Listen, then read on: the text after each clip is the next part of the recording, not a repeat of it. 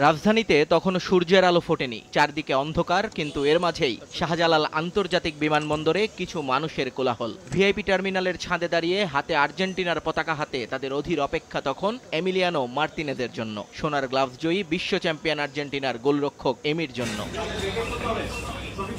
ভোর ঠিক 5:10 এমিকে নিয়ে টার্কিশ এয়ারের একটি ফ্লাইট অবতরণ করে শাহজালালে। বিভিন্ন মাধ্যমে সে খবর পাওয়ার পর থেকেই আলোড়ন তৈরি হয় বিমানবন্দর এলাকায়। সবার অপেক্ষা কখন বের হবেন এমি। এর ঠিক মিনিট 20 পর বিশাল গাড়িবহর বের হয় বিমানবন্দর থেকে, যার মধ্যমণি ছিলেন এমিলিয়ানো মার্তিনেজ রোমেরো। বিমানবন্দর থেকে সোজা গুলশানের 5 তারকা হোটেলে এমির গন্তব্য। পথে গাড়ির মধ্যে কিছুক্ষণ বাংলা বলার চেষ্টা করেন এমিলিয়ানো। তাকে জানানো হয় এদেশের মানুষ ভালোবেসে কি নামে ডাকে তাকে, সেই ডাকটা আবার নিজেই আউড়ে যান Emiliano. Emi, say hi to Bangladesh. Bangladesh.